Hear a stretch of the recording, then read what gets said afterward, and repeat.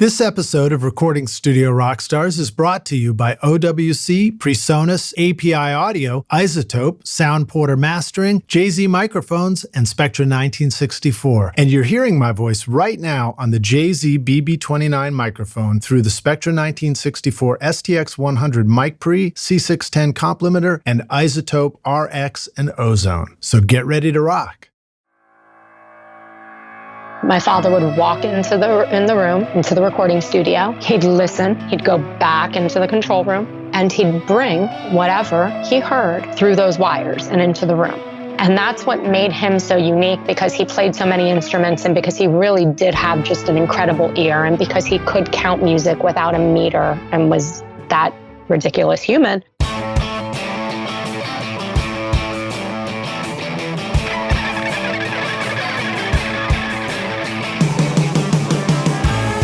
Welcome to Recording Studio Rockstars. I'm Lid Shaw, and this is the podcast created to help you become a rock star of the recording studio.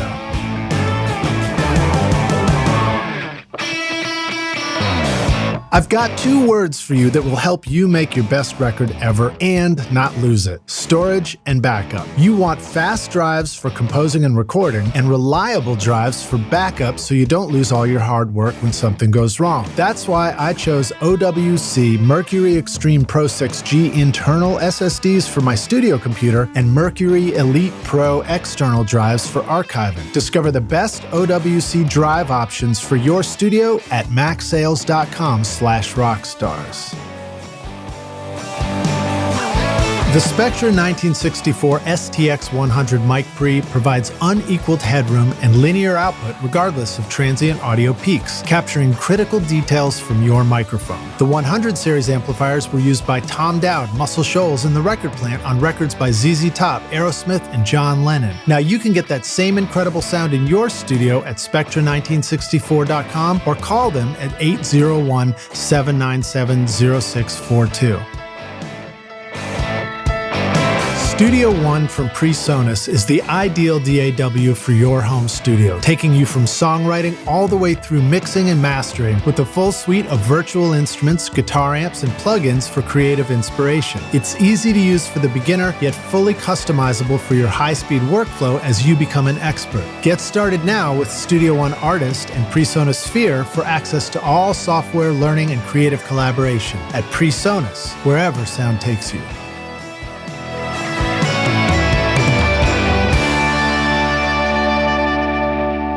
Hey Rockstars, it's your host Lid Shaw, and welcome back to Recording Studio Rockstars, bringing you into the studio to learn from recording professionals so that you can make your best record ever and be a rock star of the studio yourself.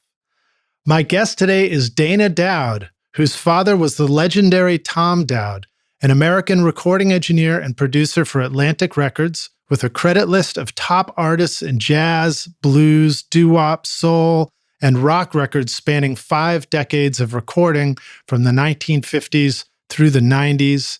And actually, Dana, I'll just jump right in here and say, was there a credit even in 2000? There was 2 credits in 2000, which would be Joe Bonamassa's first album, A New Day Yesterday, and Susan Tedeschi's album, I believe, Wait For Me. Oh, awesome. Great. Thank you.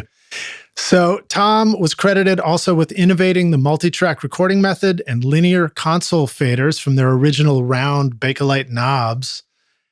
He engineered through the various phases of recording technology, starting with direct-to-disc, all the way through analog tape, 2-track, 4-track, 8-track, 16, and 24, and finally Pro Tools in the 90s.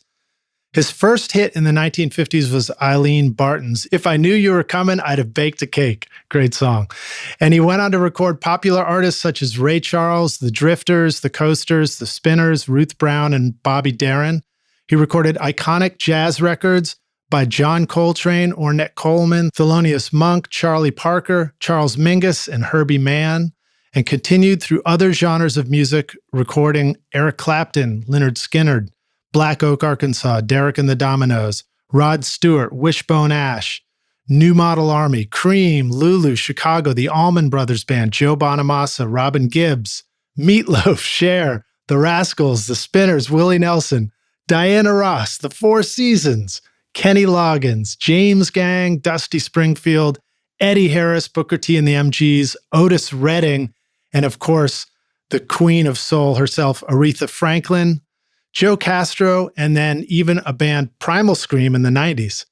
Tom finally received a Grammy Trustees Award for his lifetime achievements in February of 2002. Now, I met Tom's daughter, Dana Dowd, more recently when she wrote a glowing testimonial as part of our movement to help save home studios in Music City, which you can go learn more about at savehomestudios.com.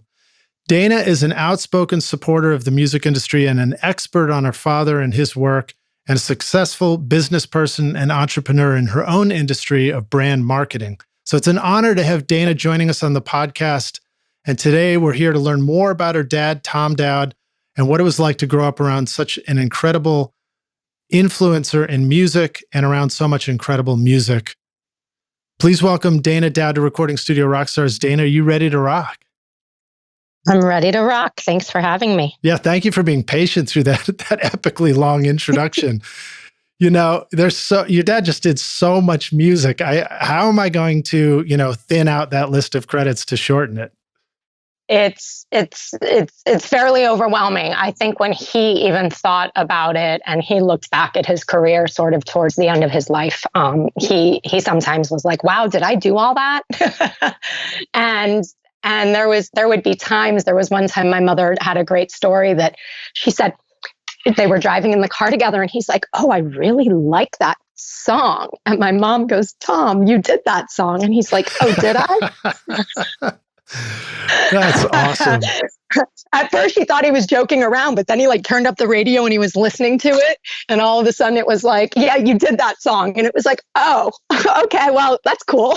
And yeah, I think, sometimes at the height of his career in the mid 70s, to early 80s, when he left Atlantic Records and then sort of took, to his own, it just became very, there was already so much there and it didn't stop. Yeah, well, it's interesting that you say at the height of his career was the 70s going into the 80s. And that would make sense because I think before we started the interview, you were sort of, you were explaining how he really switched into production more in the late 60s, right? After having recorded all these amazing records for 15, almost 20 years. Yeah, it would be hard looking at his resume and the amount of music that he did and all of the genres he did and say this was the height of his career. Because for a jazz enthusiast, somebody could say, well, the height of his career to me was, John Coltrane's Giant Steps. Yeah. And being able to, to do something like that, or a Pithecanthropus erectus. I mean, that's huge. Somebody who, is a lover of, that old R&B, Stax sort of era Otis Redding stuff, and then the Atlantic Records Aretha stuff in that era could say, well, that was the height of his career. So it depends on, I think, the genre, and what one would prefer to listen to that would say that's the best, Tom Dowd work. I don't know that there was a height of his career. I say the height of his career because in the late 70s, early 80s, when Atlantic Records was taking drastic change, number 2 or 3, depending on how you look at it, and he decided to leave the company, he knew at that point, with my mother's support, my mother was his second wife, he knew that he had the ability to go out on his own and he would still be called upon for his expertise without having a company like Atlantic and at that point Warner Brothers behind him to fill in the time. Yeah. So that's why I say the height of his career, because that's when he left working for a company that he'd been employed with since the early 50s and went out on his own and became his own employer. Yeah, well, that was, I believe that was also sort of the era of the introduction of the independent engineer, the independent producer, right? Was that's about that same time. I mean, I could be a little off on that, but that's sort of my perception of that. I don't think you're wrong about that. I think what was happening at that point is that in the 60s and 70s, you see people like Al Schmidt, one of my father's dearest friends who he mentored. You see people like Al who sort of left in the late 60s, early 70s, but then decided he wanted to go back into the engineering realm. But that was sort of, Warner 7, which was the original acquisition of Atlantic Records, was in the late 60s. The same thing was happening at Al Schmidt's home with Capitol Records and being acquired by some of the bigger people. So I think that with all of those acquisitions and companies like Warner and Atlantic, then becoming Warner Atlantic Elektra and merging, and Capitol being taken over, all of these companies getting eaten up. I think that some of the engineers who were there for so long were maybe feeling like they didn't like the direction in which things were going, and they already had these relationships with these artists that they could have done things, on their own.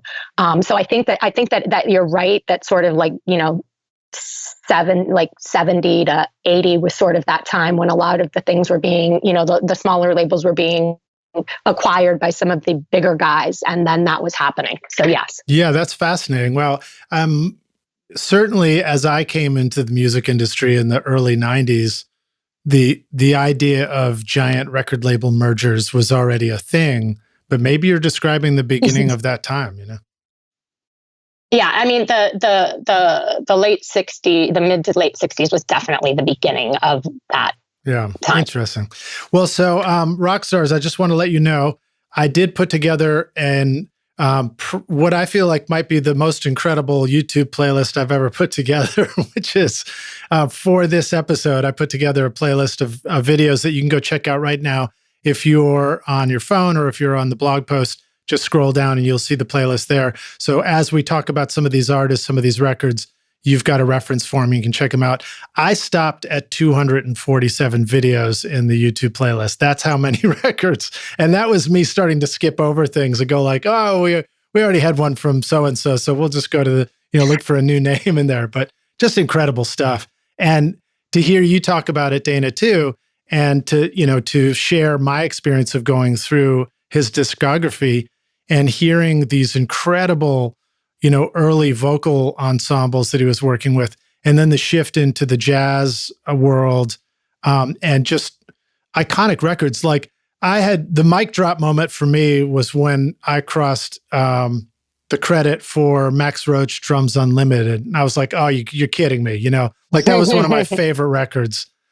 And Tom did it, but he goes from there, and then it goes, many, many iconic jazz records. And then it starts going into these incredible soul records. And then it's the rock stuff. And it's all this stuff through the 70s that I grew up on too, the Eric Clapton and Leonard Skinner. So just an incredible cross-section of the music industry. Yeah, and it's really wild. I had mentioned this to you in conversation, and we had talked, and I had sent you over some of the discography stuff to prep for this. Obviously, you knew some of it already, but I've been editing my father's memoirs for about 3.5 years. I started the process about 3.5 years ago, and the beginning process of editing the memoirs was actually having to retype the entire almost 300 pages because it was in an old works file that got destroyed. And couldn't be re-encrypted. So, at first I thought it was a curse that I was going to have to sit down and retype all of this. Thankfully, I'm a pretty fast typer. That's and good. Then it became an absolute blessing in disguise because I'm sitting here typing, and my father mentions that he got a call from Bobby Darin one day when he was at Atlantic at the 234 West 56 space, which was an old office space converted into a studio at night at the top 2 floors of this brownstone. And Bobby said, hey, can you do me a favor? Can you record a session for my best friend as a favor? And he said, hey, come on over. I'm here late, no problem. So Bobby Darin and his best friend appeared at Atlantic and all of a sudden he heard what he wanted to do and who he wanted to use. And he said, I don't have the space or the capacity for this here. So he called Phil Ramone, one of his dearest friends at A&R Studios, and said, hey, Phil, I have Bobby and one of his dearest friends here. And all of a sudden he said, do you have space? Do you have time tonight? He's like, yeah, I'll stay late for Bobby. No problem. Come on over. So they all trucked up to A&R, down to A&R, over to A&R, however you want to look at it. And he said, and literally as I'm editing the memo, I'm typing, and it's like, and it was Wayne Newton's first hit. So I pause and I'm like, well, what was Wayne Newton's first hit? So I Google it and I'm like, oh my goodness, Donkashane was Wayne Newton's first hit. So now I Google Wayne Newton, Donkashane, and I'm looking for credits, and there's no engineering credit. There's no production credit for it. And I go deep into like the research, wormhole, can't find anything. And then as I'm sitting here thinking about it, I remember as a child, and I'm in my early 40s, I remember as a child watching Ferris Bueller's Day Off in my living room, and my father coming in and going, oh, I did that song, and walking out. There was absolute, and that happens often. And there was just absolute, I didn't remember it until that moment. And now, of course, I go and I purchase Donkashane and I put it up on my home theater system that I have that has many components of my father's that I built myself. Nice. And I'm like, oh my goodness, this is absolutely Phil Ramone, Tom Dowd recording principles. So I get a little overwhelmed by this thought, but I keep typing. Now I go into the 60s.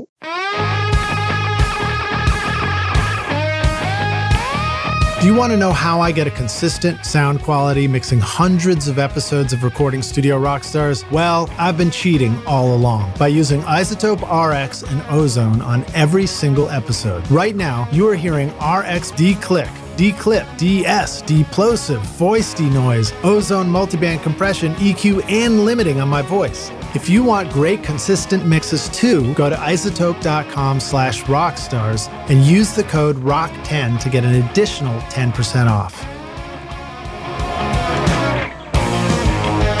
Have you ever struggled to finish a mix wondering if it was truly ready for mastering? Wouldn't it be great to have a trusted coach walk you through the final stages of mixing so that you could confidently deliver your mix for professional mastering, knowing that it was just right? At soundporter.com, home of the iterative mastering process, Brian Murphy is your trusted coach to listen to your needs and help you get your mix ready for mastering. Contact Brian now for a free mix review and mastering demo at soundporter.com.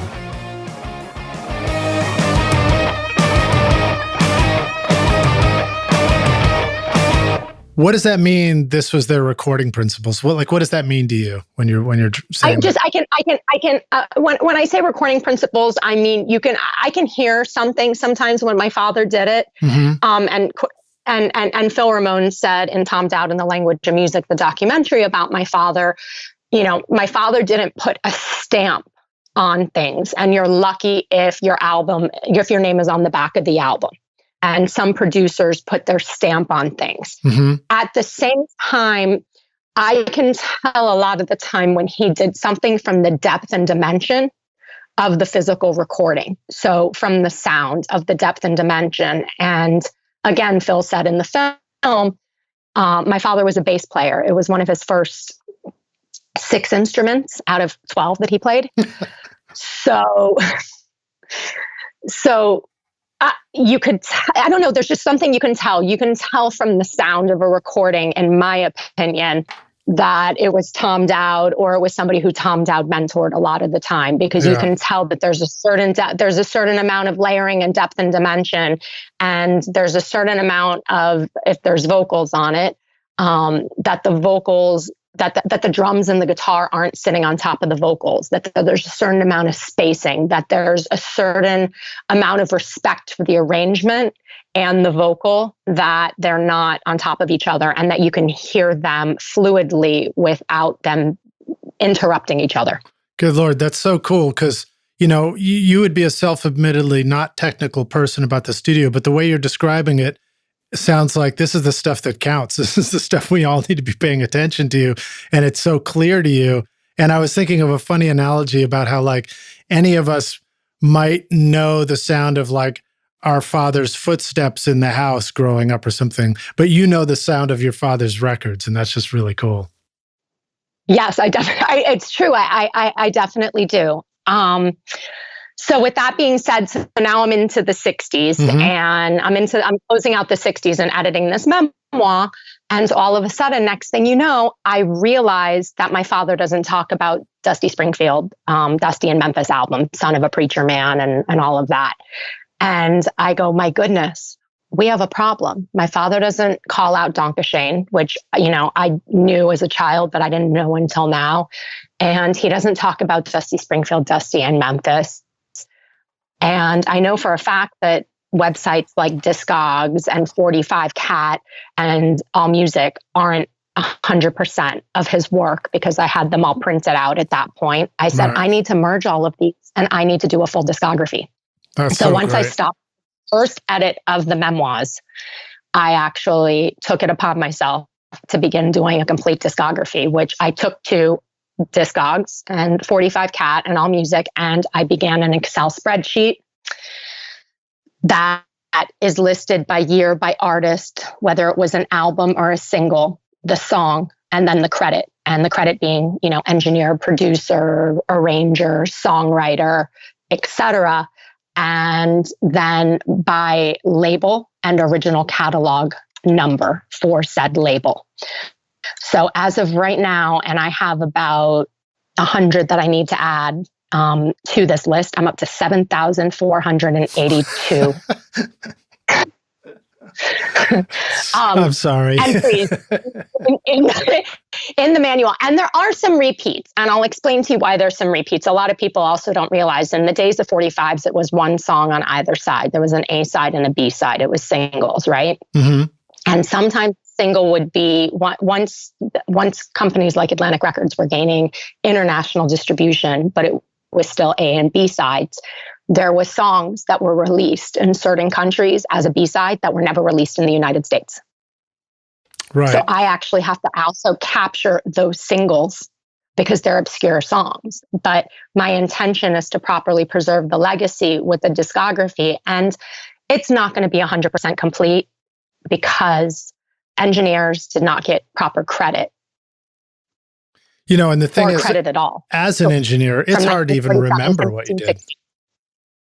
Sorry, I was saying, as an engineer, it can be hard to even remember what you did, let alone, go out there and find all the credit. So it's just amazing task that you have started to go out and accurately, document all this discography when it was before you were, much of it was before you were born, and, stuff that you weren't there for, and you have to figure it all out. So we applaud that.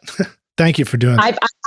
I've actually sat at in Newark at the jazz library with white gloves on, looking through old metronomes and stuff to get a clue. I've sat at the art library on the Upper West Side in New York City. I've been to the Kennedy Museum in Boston, Massachusetts, because after Kennedy's inauguration was a complete travesty because of the sound. My father and Phil Ramone were called in to do basically all of the sound for anything that took place in the White House moving forward after the inauguration. And I wanted to get a complete list of those things. The people at the Kennedy Museum in Massachusetts were very graceful with me. They let me into their archive, again, with white gloves. They were pulling sound recordings and photos for me. And then he and Phil Ramone also did Lyndon B. Johnson's inaugural gala. Wow. So so like the famous Marilyn recording, Happy Birthday, Marilyn recording, father and Phil Ramone actually recorded that. And you can read a little bit about that in Phil Ramone's book. What a trip. Wow. What an incredible career of recording too. And it's interesting to hear you describe him as not necessarily, well, what did you say? It was like you said, some producers put a stamp on the sound, but I felt maybe I misunderstood, but I felt like you were describing your dad not putting a stamp on the sound, but still having like a sound. Or maybe I misunderstood how you were trying to say that. He didn't. Some producers, I'm not going to state who, but some producers try to put a stamp on the sound in respect to the way things come across. My father was notoriously known for trying to bring out the best in the musicians, depending on how they were, but always trying to work from the bottom up. So, when he was dealing with string arrangements, where did the string arrangements come in properly? Where he was working with, bass, and that being, one of the primary, the rhythm section being, a primary and a part of the song. So he didn't put a stamp on anything he did, but I could tell by the ebb and the flow of the arrangements a lot of the time and the quality of the sound of the recording by era. And I obviously say by era because when he was originally working 1947, 48, 49 at Carl Fisher's studio, and then in the early 50s at Apex, and then into after Apex closed at Fulton Studio, they all of those rooms had different sounds. And There was a lot of bleed. And if you read Al Schmidt's book, which is called On the Record, The Magic Behind the Music, I think. Yeah, I'm pretty sure that's what it's called. He talks about how he and my father used to shellac the walls at Fulton because they were getting bleed. So, then you go into certain eras and genres of music, or if you listen to all of those Aretha Franklin albums that were done on Atlantic Records, and you listen to the arrangement of that music, you can definitively, in my opinion, hear Tom Dowd and Aretha Martin's arrangements. Because what people don't realize is while Jerry, produced, quote unquote, produced the first album, and my father was given engineer and arranger credit on it, and Aretha, I believe, second engineer credit on it. I may be wrong on that.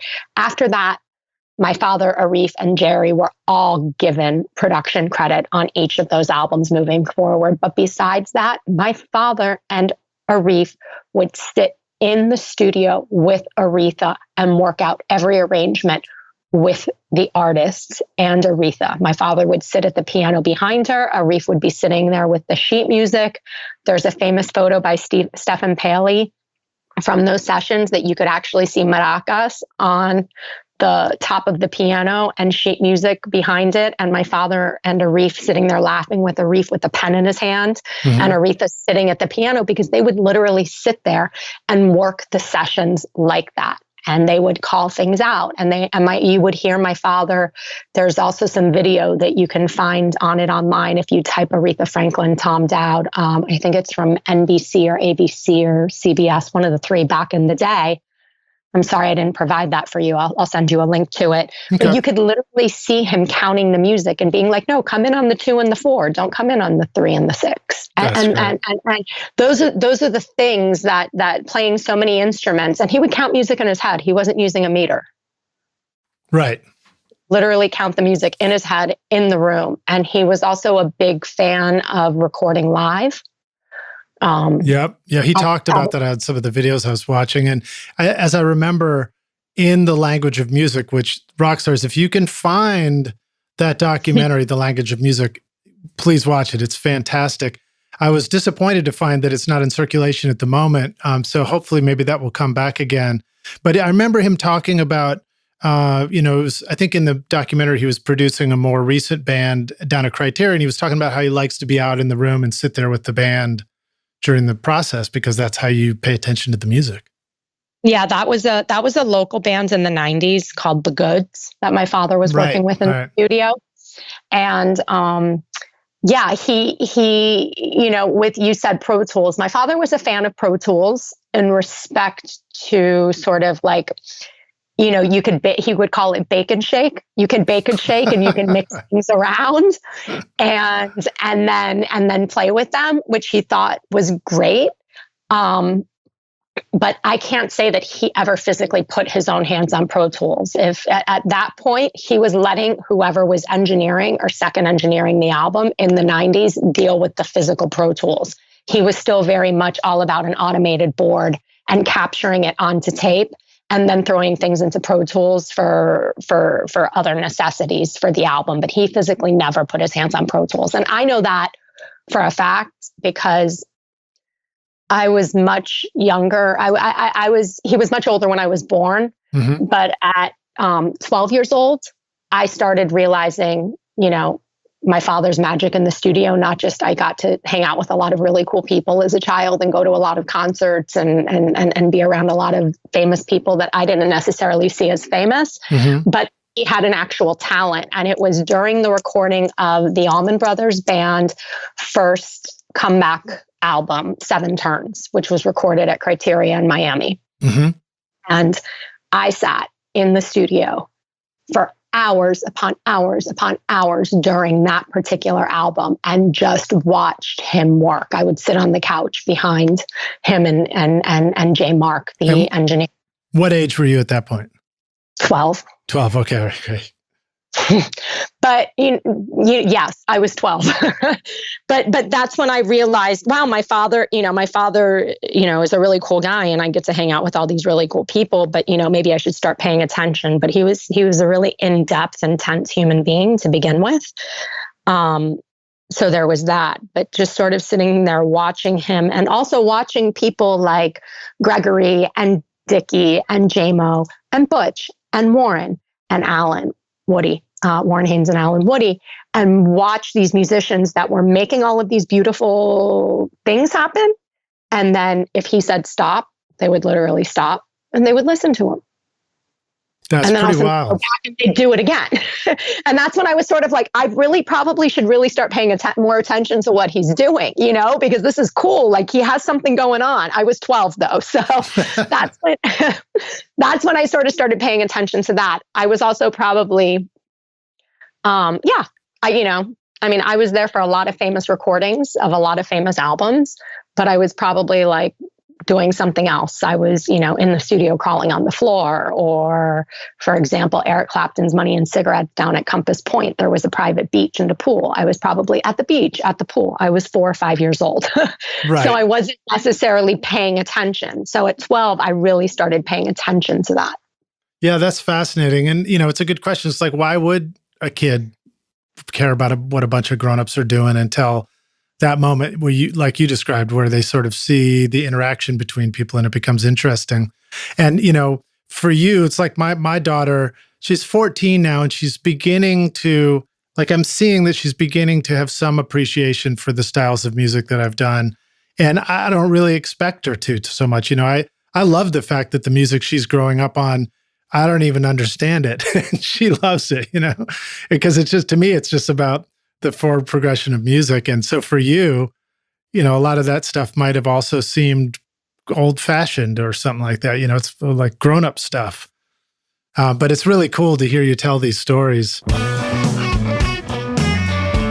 API Audio has been designing mic pre's, compressors, and EQs for more than 50 years. Every product they make includes founder Saul Walker's original proprietary op amps and transformer designs to make sure you always get that legendary API sound in your studio. Whether you are writing songs for fun or mixing Grammy-winning hits, API has got you covered with individual modules, rack units, and dedicated consoles to make sure your next record is your very best. Go to APIaudio.com. Sometimes you just need a mic that will stand out in a mix. That's when you need the new BB29 Signature Series from JZ Microphones. The unique single diaphragm Golden Drop capsule gives the BB29 airy highs and smooth mid-range to help your tracks stand at the front of your mix. JZ's handcrafted, fully discreet microphones come with a 5-year warranty and free shipping to the US. You're hearing my voice on the BB29 right now. Use the limited time coupon ROCKSTARS to get 50% off the BB29 at jzmic.com. What other stories do you remember from, it's hard for me to know where to ask. I could just pick an artist name out of the hat, but. Pick an artist in the 80s or 90s, go for it. Okay, all right, hold on. I'm going to have to pull up the YouTube here and kind of get it. I'm like, go for it. So we skip all the jazz stuff, although he did do some more jazz records. Like he just continued to do them. And I think sometimes they were re-releases and greatest hits and things like that. A lot of those things were re-releases and greatest hits. So the jazz stuff definitely died off in the early 70s for him, where the rock and roll really started picking up. And then the Southern rock and roll really took an influence with, like you said, the Wishbone Ash and the Wet Willie and the Allman Brothers and the Skinnerd. Yeah, there was, a lot. And then eventually, in 81, I believe it was Marshall Tucker. We did one album with them. Mm-hmm. So yeah. So there was, that sort of the jazz fell off. And the albums that you were around for that you remember sort of into the teen years and stuff, that's all taking place down in Criteria in Miami?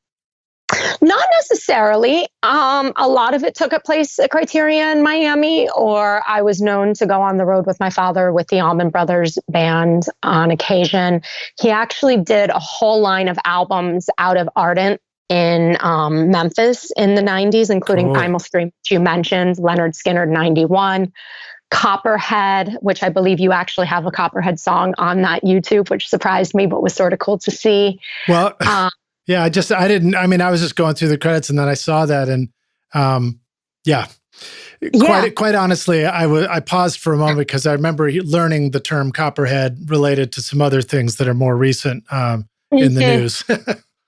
Yeah, but I get what you're saying, but they're not pertinent to that. Right. Okay. Fair enough. So he did, it was 5 albums out of Ardent. Jeff Powell, who you may know from Memphis. Yeah, Jeff's great. Yeah, Jeff's great. So Jeff was the assistant and then the engineer on most of those projects. I love Jeff. He's a wonderful, wonderful human being. If you ever have any Tom Dowd technical questions, go to Jeff for them. Jeff's great. He's been on the podcast before when along with, I had been to Sam Phillips' recording and interviewed him there. So very, very cool stuff that's going on there. Yeah, he'll call me and he'll be like, so I just got this and I think your dad did it, or this is definitely your father's handwriting, or Dana, we're redoing Dusty in Memphis, Jeff and Susan are wonderful, wonderful human beings. So I went to Memphis a couple of times and got to see him record at Ardent Recording Studio. I did have the pleasure, like I said, of going on tour with him and the Allman Brothers for some of the live stuff. So an evening with the first set and the second set, I had the pleasure of going with him on the road for some of those things. And then I actually sat in the mixing rooms at Criteria with him during his mixing of those 2 albums, which was really cool because it was literally me and him, or me, him, and J Mark. That's great. For those albums. So, and then I have distinct memories of certain things from the Eddie Money recording sessions when I was really little. Mm-hmm. I remember little things about the Kenny Loggins Keep the Fire recording sessions. Not as much memory as I'd like of those sessions. But my father and I, up until the day he passed, we would spend a considerable amount of time together. So I was with him definitely for at least 3 meals a week, no matter what. And, he would always be playing me things. So he would always be playing me if he had just done something in the studio, he'd always bring it home to listen to it on his system. Hey, That's kid, what do you great. think? Things like that. One of the coolest stories I have is September 13th, I believe, of 2002, which was just a month and 2 weeks before he passed. We were driving up to see the Allman Brothers at what's now Coral, I don't know what it's called. It was Coral Sky Amphitheater back then. And my father was oxygen dependent 100% the last year of his life. Mm-hmm. And he had just gotten a rough mix of the Susan Tedeschi Wait For Me album. And he goes, here, I just got this, throw it in the CD player. This is 2002. So we still have CD players in cars and all that jazz. So we put it in the CD player and I'm driving his car up. And he's like, so what do you think of it? I'm like, yeah, Dad, that bass line right there. I don't really. And he looks at me and he's like, my God, kid, you have my ear. I was just thinking the same thing, and I was like, okay, winner. I mean, it's great. I mean, we would sit there and have conversations about things like this all the time. So, and then he's like, I'm going to tell them, and I think that whatever it was, I think they made, a change on it. But, from that perspective, do I have the technological degree? No. If you put me in front of a small board, could I do something? Yes. If you put me in front of a gigantic, board, I would look at you like you're out of your mind. Yeah, but what we could do? We could all send you our mixes and go, "Hey, Dana, what should we do with this next mix?"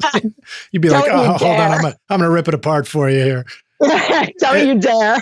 It's so funny because I do the same thing with my daughter. I play her stuff all the time, and now she does. At first maybe I got a little bit of like, why are you playing this for me? But now it's like, now she jumps right in. She's like, "Oh, Daddy, your vocal's too loud. It's too low. It's this." And then I'm having the conversation like, "Oh, well, it's not mixed yet." And how on the money is she typically? You know what I'm saying? Spot on every time. She has an ear. Yeah, see? Spot on. So you're doing her justice by doing that. I think that's awesome. Yeah, she can. I can, work on something. I could take a song that I had a mix for. I could work days on a remix and then play it, and she'll call it out immediately. Be like, "Nah, the first one's better." I'm like, all right, throw away a week's worth of work. And, so Dana, I have a question. I'll jump right into a question from one of the rock stars, one of our audience. This is actually another guest on the podcast, Anthony Gravino, and his question is pertinent to what you're talking about. He wanted to know, what did Tom listen to at home for enjoyment? And he also said, that man is someone I deeply admire. Anthony is my Facebook friend. I know him. Right on. Yeah. What did he listen to at home? He listened to a lot of classical, a lot of jazz, but he always had sports on in the background. That's funny. What sports? Oh, my father was that guy. He anything. I swear he would just always have sports on in the background. He was a golfer and a fisherman. And he was also very early on a hockey player and a baseball player, being from New York City. Interesting. That's fun. So he was actually as a youngster he played baseball and he loved hockey. I love that you guys are down in Florida listening to hockey games. Yeah. As an adult, he would love to fish and golf. He always had golf clubs in the trunk of his car. But I grew up in Miami, Florida when we were here, because I was also reared wherever my father's projects were. My mother did a really good job when I was a young child of building homes wherever our projects called for, which was typically London or Los Angeles or New York. So I spent a lot of time in Los Angeles, Manhattan, and London as a child, besides Miami.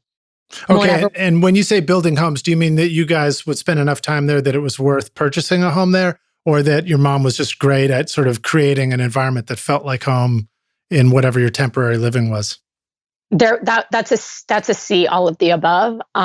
We almost acquired a home in Los Angeles. We did own commercial property out there at one point because we were in the process of building Criteria West with Mac Emmerman, but unfortunately that fell through due to some budgetary issues.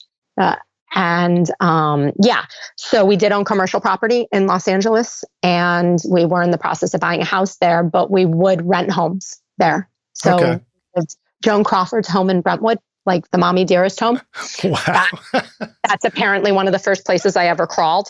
No wire hangers, Dana. No wire hangers. I swear. I actually have videotape of me on the black and white floor that my father took and there was a microphone in a box. And I guess I crawled up to the box and I grabbed the microphone and I started trying to chew on it. I thought you were saying you grabbed the mic and went, "No wire hangers, Daddy." And I thought, yeah, no wire hangers. I'm going to eat your mic instead, Dad.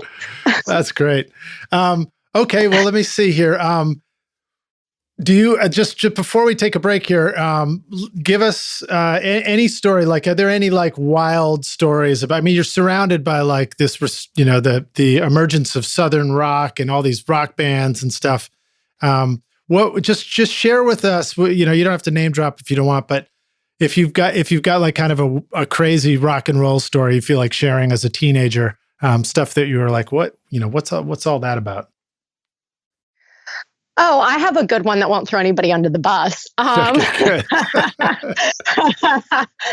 So we were in Macon, Georgia, recording the first sessions for the Allman Brothers Evening With. And I was sitting behind Gregory's organ and him obviously playing. And my father was out in the recording truck. But I was sitting on, an equipment box. And all of a sudden, next thing you know, Chris Robinson from the Black Crowes comes and sits next to me. And I'm like, in my head, and I'm, 13 years old, I'm going, oh my God, that's Chris Robinson from the Black Crowes. Oh my God, that's Chris. So I'm like excited, he's sitting next to me backstage and all of a sudden, next thing you know, something happened with the sound. And at that particular moment, my father goes storming by. And Chris Robinson turns around, looks at me and goes, was that Tom Dowd? And then he's like, never mind, you're too young. You don't know who Tom Dowd is. And I'm like, no, Dowd. And he's like, how do you know? I'm like, that's my father. He's like, Tom Dowd's your father? So now here, Chris Robinson is freaking out that Tom Dowd's my father. And I had 20 seconds before been freaking out that Chris was sitting next to me. That's great. That's awesome. I love it. So, there's just fun stories like that. During the height of record making, the Spectra 1964 100 series preamp was the perfect choice to build consoles for Tom Dowd, Muscle Shoals, Stax Studios, Ardent Studios, and New York City Record Plant, bringing you the sound of ZZ Top, Aerosmith, Bruce Springsteen, King Crimson, John Lennon, and many more. The 100 series amplifiers offer extremely stable, high-speed circuit design with unequaled headroom, low noise, and linear output, irrespective of transient audio peaks, giving you cleaner, punchier, dynamic recordings. The Spectra 1964 legacy is carried on today through Bill Cheney and Jim Romney. Now you can get that same incredible sound in your studio with the STX Mic Breeze, BBDI, and comp limiters. Go to Spectra1964.com or call 801-797-0642. You're hearing my voice right now on the JZ BB29 microphone, the Spectra 1964 STX 100, and C610 comp limiter. A gold bar should be kept safe in a vault because it's valuable, but it could be replaced if it was ever lost. One of your songs or recordings, on the other hand, is worth more than gold because it's one of a kind. It's you, and if it was ever lost, it could never be replaced. So wouldn't you feel better knowing your music was safe? This is why I like to have a dedicated system drive, audio work drive, virtual instrument storage drive, cloud storage, and an extra large backup drive in my studio computer. And when I'm finished with the project, I move it onto a dedicated pair of external drives for archiving. Thanks to OWC, I can count on my drives being super fast, reliable, and secure so that I can work quickly and sleep soundly at night knowing my music is safe. I want your music to be safe too. Discover the best options for storage and backup for your studio from OWC at macsales.com/rockstars. Have you ever wished you could remove the click-track bleed from a singer's vocal mic, the sound of shuffling feet from a full choir, or clicking noises from the valves of an otherwise brilliant trumpet solo? These are just some of the incredible things I've been able to clean up, edit, or remove from a recording using the magic of iZotope RX. Great for mixing with a collection of plugins for your DAW to manage plosives, clicks, S's, noise, buzz, reverb, breaths, and even guitar fret squeaks with a set-it-and-forget-it simplicity that lets you focus on your creativity in the studio while you let iZotope handle the audio challenges. If you've ever wanted to truly feel like a magician in the studio, then iZotope RX is your magic wand. Go to iZotope.com/rockstars in the show notes and use the code ROCK10 to get an additional 10% off your first purchase. Cool, we're back now. Dana, let me start by asking you this question.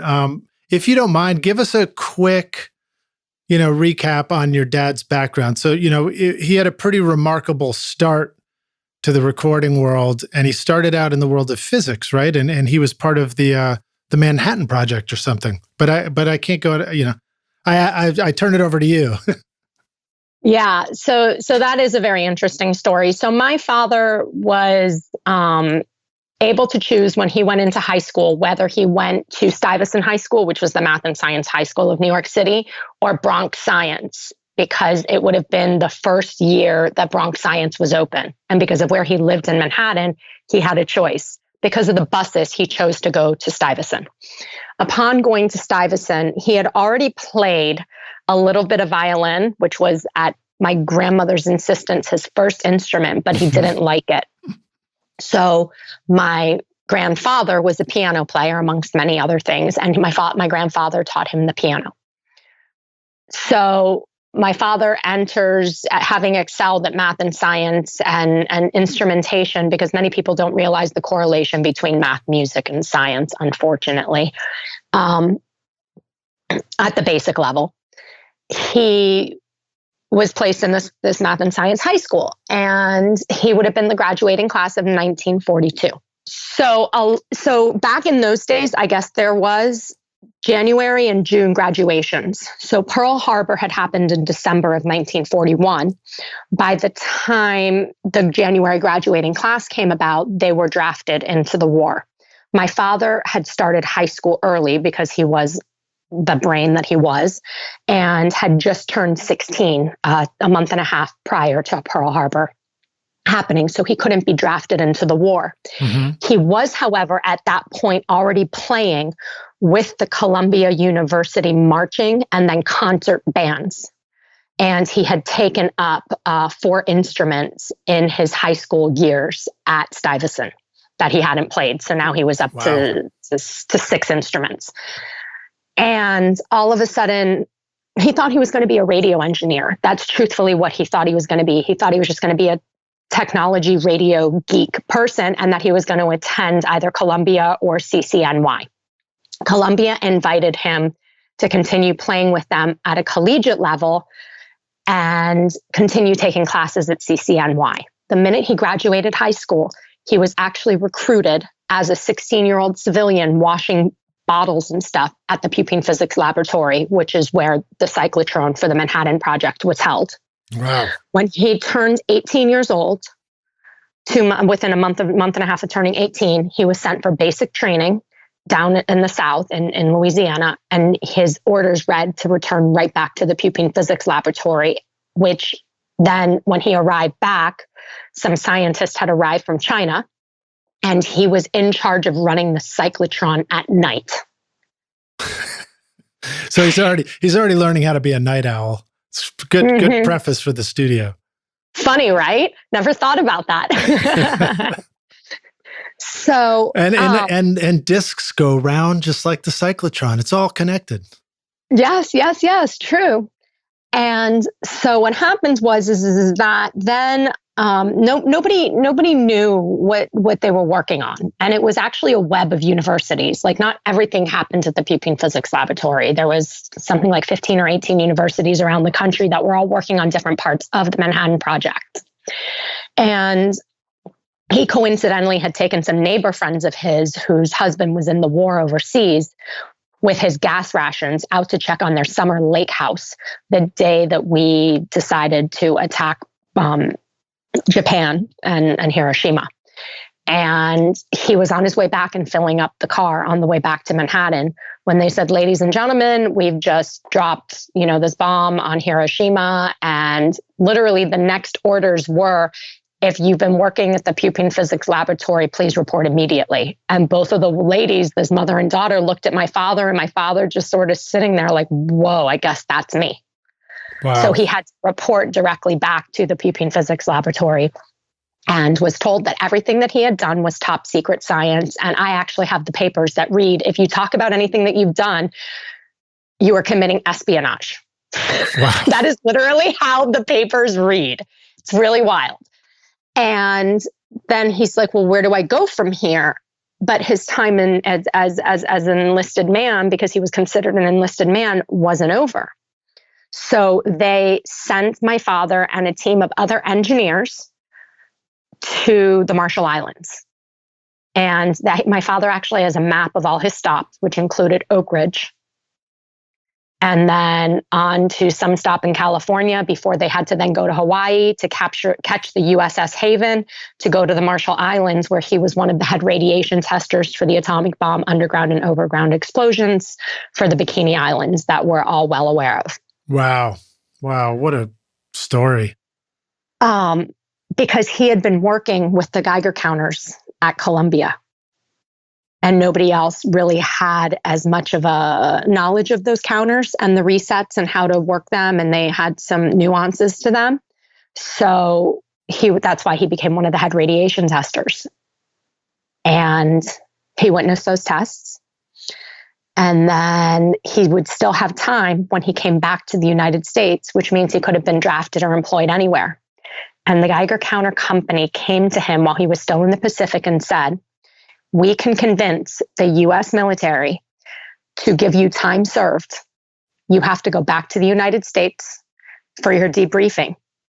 And then we would take you right back to the Pacific Islands for however many months it was, work for us and continue giving us your findings on how our products are working in measuring this nuclear fallout, and then report back to our offices in Cleveland. And then you would be done. You're no longer, you don't owe us anything. You don't owe the US Army anything. Wow. And my father said, okay. So he was literally shipped back to Fort Bragg. He was honorably discharged from the US Army. And then he was shipped right back to the Pacific Islands. And by the second to last, so right before Christmas of 1946, he arrived back to his parents' home in New York City. And that's when he was done with the war and the service and the atomic bomb and the Manhattan Project. And how long did it take before he was shifted from that into recording music? What was the beginning of that? Well, so he thought that he was going to go back to school at that point to do something in physics or chemistry. So when he went to go back to school in January of 1947, he was told that none of the classes that none of the work he had done was being acknowledged because it was considered 1947 top secret science. Mm-hmm. And that he would have to retake those classes. And it was, like the 102 and the 103 consecutive classes that you have to take. So he would have to take chemistry, whatever, 205 and 208, and physics 406 and 408, whatever, those consecutive But he'd already done the biggest stuff you could hope to do. So he showed up to his first class thinking that, okay, well, I don't get credit. I'm going to have to suck this up for 2 years.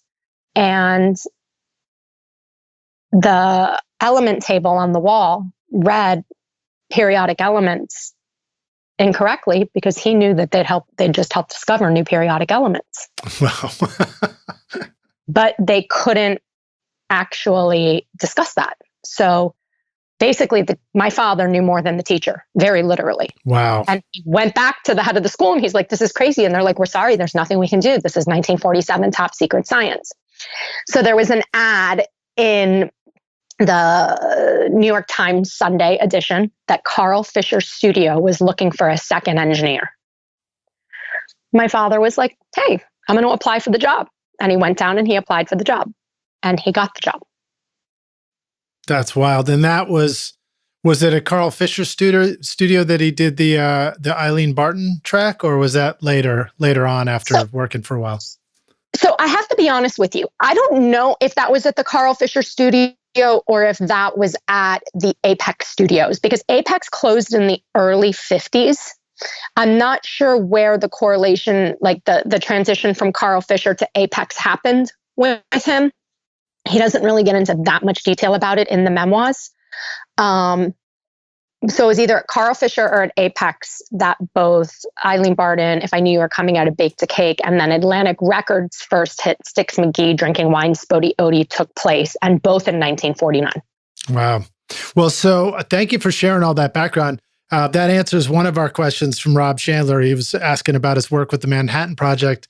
And then another one that came in comes from Jeff Coffin, who's an amazing saxophonist among many other instruments. And, actually, I sent the YouTube playlist to Jeff saying, hey, I'm getting ready to do this interview. And I thought you'd really appreciate all these records that Tom did. And I also said, in going through this, I realized Tom, I've never heard anybody describe it, but Tom's he's sort of the iconic saxophone recordist, because I didn't get any trumpet records in the playlist, but he's the guy for sax records, it seemed like. Isn't that interesting? I never thought about that. Yeah. Huh. Yeah, so many great saxophonists. But Jeff's question wasn't about saxophone. He said, I've always been interested in his physics background, Like, did he and Richard Feynman ever hang out? And are there any outtakes left? How do you want to answer that question? I don't know the answer to that question. All right, there you go. I can't answer it. I am so sorry. I don't have an intelligent or concrete answer for you on that. My deepest apologies. All right, no worries at all. Well, let's jump to another one. We answered Anthony's record. This one comes from Chad Brown. He just said to ask about the balance between such an amazing career and fatherhood. What other thoughts do you want to share about his work, family life balance that seemed to work so well and be working for a long time? I don't know that at certain points there was any. I mean, let's talk, guys. Most of you people are music men or music women. You guys live for playing music, so let's get real. There's a strong man or woman behind every musician and every musical lover maker's mind that I know that holds it all down. Yeah.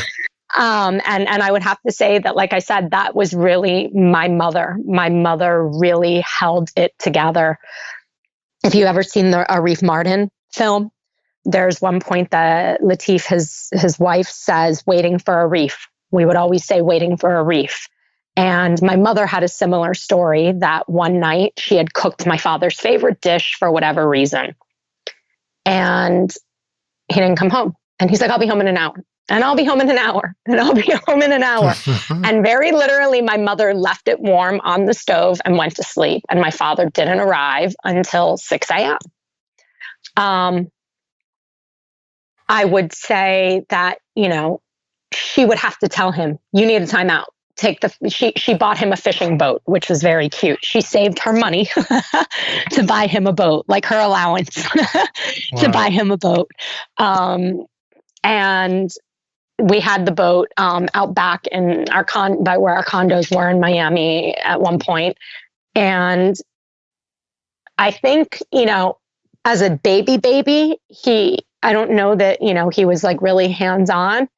He became very hands-on very quickly with me when I could start going fishing with him at 4 or 5 years old. I would go fishing with my dad. I knew how to bait a hook and cast a line by the time I was 7. When he was home from projects and I became, late adolescence, early teens, he and I would take trips together. We would go swim with the dolphins together. We'd go fishing together. We'd go golfing together. But he was also in going into semi-retirement mode at that point. But I also think when I say like we would have dinner together 2 or 3 days a week, there was a significance to that. Or we would have a meal together, I should say, 2 or 3 days a week. There was a significance to that. My father didn't work at 9 a.m. on Sunday mornings. Sunday morning was always Dana Tommy time. Nice. We would, if he was in Miami, Sunday mornings, we would go to one of our greasy spoons and have breakfast. If we didn't decide we were going to take a drive 2 hours south and go fishing or to one of the golf courses and play golf. So yeah, I'd like to say that like any other music maker I know, y'all suck at keeping time and and knowing how to step away. Be thankful for the other units in your life if you have them, and for them working around your schedules. Yes, we thank you and for realizing your graciousness and realizing your passion and your love and your insanity and rolling with it. That's so great. I love how you're just speaking the truth. No, I mean, it is what it is. Let's all face it, Yeah, and I love that, the truth is that we rely on your patience, everybody else's patience for waiting for us, I mean, I tell my daughter all the time, she's like, "Daddy, when you come up from the studio?" I was like, "Almost done with this thing," and then she's like, "I'm ready for lunch." Yeah, exactly. And you're a single father, so God bless you, because that's really, really not easy. So you have to find the delicate balance more so because you don't have that, other thing going on. But I really appreciate that the times, when I am not working and I'm hanging with my kid and we're hanging out, it's like to be able to shut things off. And I can see how fishing, it's like you're just out on the water. It's like there's no phones, no cell phones at that point. Everything's quiet. There was no cell phones, period, at that point. So, So, I mean, it really is like it's an isolation from all that other stuff. The absolute, and it's funny because I hadn't seen Greg Allman's son, Elijah Blue, since we were literally late teenagers. And, when Gregory passed away 3 years ago, we were all standing in the big house, and Dickie Betts' son, Dwayne, is like a brother to me. We grew up together. Nice. And we were standing in part of the Big House Museum in Macon right after Gregory's funeral. And all of a sudden Dwayne's like, "Oh, Elijah's here." I'm like, "I'd love to see him." So all of a sudden, I didn't know if Elijah would remember me.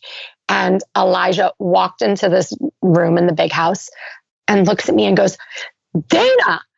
And I didn't remember this particular story, but Gregory and Elijah came down in like 1988, I guess, and came fishing with us. And he's like, "Do you remember that time that me and my dad came down to go fishing with you and your dad?" And I was like, "No, Elijah, I don't remember that, but thanks for reminding me." So, the fishing was also definitely, the fishing and the golf, I would say, were definitely a big thing to make Criteria Recording Studio a thing down here. And that was one of the reasons my father moved from the tri-state area in 68 down here with his first family, his first wife and their sons. Was, he was always in the studio. He was always working really hard. And when he had a little bit of time off, he was sick of staring at the snow.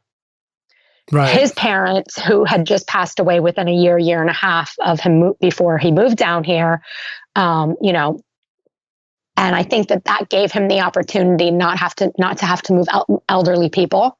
And Jerry had built a relationship with Mac Emmerman from Criteria and bought a summer home down here, Jerry Wexler. Mm-hmm. And my father saw an opportunity to make Criteria bigger, to help expand it, and to move down here and be able to do things like golf and fish at his leisure in his backyard when he was home, which was, not very often. But I think that helped make Criteria a destination here. Mm-hmm. Because I'm not going to lie, I have photos that I took of Eric Clapton fishing with my father off the back of a boat that we used to charter down in the Keys. That's that great. Are in the process of being published, that nobody's ever seen before or knows that I have, besides now everybody, but that are in the process of being copywritten. They're literally in queue at the copyright office. And one of them will be published in the Memoirs that I will be putting out in 2022. Oh, that's so exciting. But it's a lot of things, like that, and having that quality of life. And Miami afforded that quality of life, and he could still hop on a plane and be to Manhattan in 2.5 hours and do whatever he needed to do. So I would say that, a lot of people have come through our doors and we've been fishing with and golfing with. I have pictures with, a lot of the rest of the Allman brothers. Gregory didn't golf, but a lot of the other boys, Butch and Dickie, they all golf. That's wild. So I have pictures. I remember golfing with them, in the early 90s. I wonder if they took up golf because of your dad. Golf is just sort of like a boy sport thing. I mean, if you're daddy's little girl, you learned how to play like me, because I'm obviously daddy's little girl. So that's just sort of a boy's sport thing. I don't know. If you golf, you golf. Yeah, I'm trying to. I don't really golf very often, but I did some growing up, and I'm trying to convince my daughter to go play with me. So I'm re-inspired now. Par 3. Yeah, there's a par 3 one right near us. That's always a really great approach to somebody who's never been. That's where he started me off.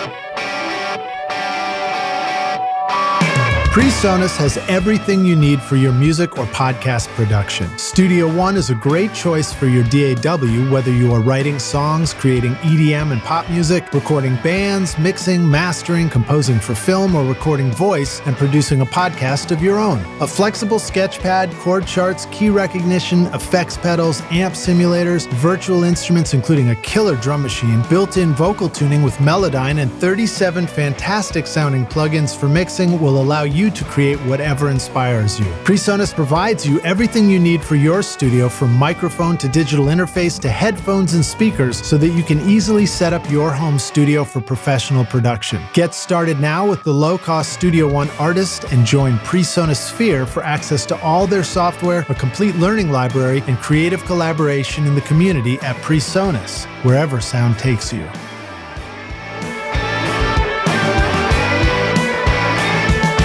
If your goal was to climb Mount Everest, you would hire a Sherpa to guide you to the summit. If you wanted to sail around the world, you would hire a seasoned sea captain for a safe voyage. And if you wanted to try skydiving, you wouldn't just jump out of an airplane without being strapped to an expert, right? So why would you send off your mix for mastering without knowing that it was ready first? Wouldn't it be great to have a professional mastering engineer with a trained ear to guide you through the final stages of mixing? Brian Murphy is your trusted guide at soundporter.com. Home of the iterative mastering process, where you get to interact with a professional mastering engineer who listens to what you want and will give you mix feedback to help you get your mix ready for mastering. Contact Brian now for a free mix review and mastering demo so that you can hear it before you buy it at soundporter.com.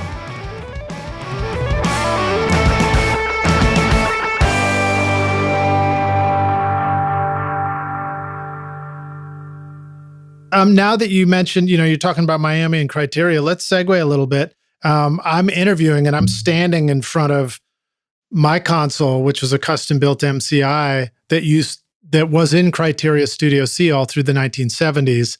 And it's the same console that your dad recorded Eric Clapton 461 Ocean Boulevard on. And I thought that might be a good preface for you to tell us a little bit more about Criteria, and if you want to tell the story about that particular room and the story about, why didn't your dad record more albums in that room on this console? Maybe it's a good transition. Is that, I don't remember what you told me. Is that an automated MCI? No, it's very, very manual. It doesn't even have IC chips in it. I don't want to get too technical on you, but it was custom built and installed in, I think, 69, and it was there through the 70s until about 79, 80, when they moved out. It sounds to me like you're blessed that it's not an automated board, because MCI automation isn't a fan favorite amongst most of the old Criteria alumni. Well, what's kind of cool is, even though you'd be on the spot about some technical stuff, to hear you say anything that you're aware of with technical, like, stay away from this or that or whatever. I mean, that's pretty meaningful stuff. If you know about it, then it must have, been a thing. You know what I mean? Yeah, I mean, I also talked to a couple of the old engineers there who, like Gary Vandy and Larry Janis, like they're always making jokes about it and stuff. But the old, I mean, I can talk automation. I understand automation. I wasn't born under a rock. Right. I think that the MCI automation was probably some of the first automation. It was definitively before, I think, any Neve automation started taking place. And I think it was really a test, and I'm not sure that it was a good one. You got to start somewhere. You have to start somewhere. That's correct. I mean, hello, my father would literally record direct to disc. That is how he recorded. And if you see Tom Dowd in The Language of Music, if you can get your hands on a copy of it, like you said, there's a scene where Ray Charles is speaking, and he said, you always have to remember the name of the game is, I don't care if you have 90 tracks. Back then, you didn't have 90 tracks. You didn't have tracks, period.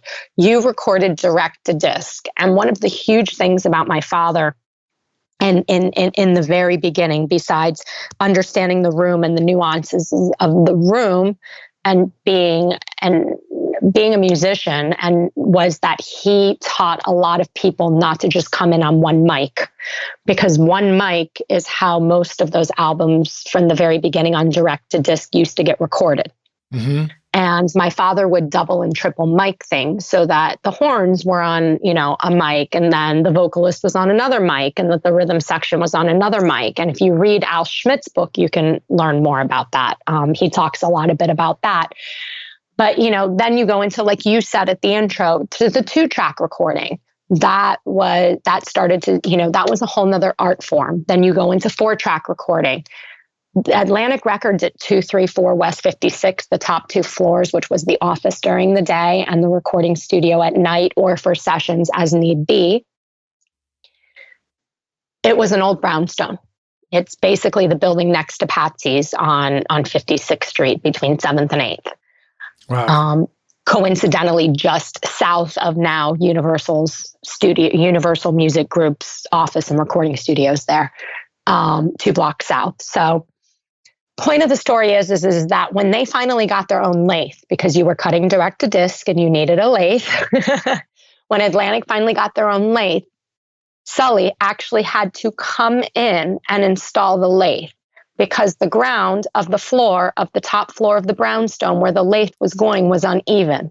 So Sully actually had to come and even out the buoyancy of the floor to make sure that A, it was even, and B, that the damn thing wasn't going to fall through the floor. Wow. So that's wild. That's wild. So that, and then you go into when you're talking about the first ever, when you take the Bakelite knobs away and you bring in the linear faders and all of that, Atlantic Records, as they began to have more success in 1958, moved from 234 West 56 to 1841 Broadway. When that happened, they said, "Hey, Tommy, you're getting your own recording studio." And one day, while they were just dismantling the room so that he could soundproof the room properly, because now we're not dealing with a brownstone, he was getting something that he could actually soundproof. Mm-hmm. They were taking away the old door. And he goes, "Hey, hold on a second. Can I have that door?" "No, we're taking it away." "No, I want the door." He had the epiphany at that moment, for whatever reason, that he was going to find a company that employed linear wires and create the first ever 8-track recording console. So the console was made out of a door? The original console was made out of a door, and the racking system for the cooling proponent of the console was based in his head through the racking systems of the cyclotron. I may actually be giving too much of the book away because these are all things that he discusses in the book. That's great. But yes, he actually talks about this in the book. So he said, I had this epiphany, and he said, I knew that I could get it cooled down by building a racking system like the cyclotron was based on. And the first ever recording console, 8-track console that he ever built was built what you would call backwards, because he believed in bringing the sound to you, being That's a piano right. player. Wasn't there something to do? I guess that was it. It wasn't related to flying an airplane or anything like that, right? It's nothing to do with that. It was not related, although he did know how to fly an airplane. My father knew how to fly an airplane, so that's a whole nother story. We're not even going to get into it. Yeah, but I'm glad you brought that up. So the fader, when the fader is off, it would be at the top of the fader, and when you pulled it towards you, it would get louder, like the sound is coming towards you through the speaker. That was his concept. And it was also the concept, he envisioned it like playing a piano and the sound coming towards you. That's correct. That's really wild. And that's funny. It's like mixing music and saying, I'm going to do drummer's perspective instead of audience perspective, Yeah, absolutely. But I mean, the man played, a dozen instruments. That's really wild. And I appreciate you talking about some of the miking stuff, because Jordan Chasson had a question. He says, ask about miking technique, which originally I was going to say that's an unfair question, but you already went into it, which is great. And I remember Tom was talking about that in some of the videos where it's like, originally it would be one mic picks up the whole band, and then there's one mic for the singer.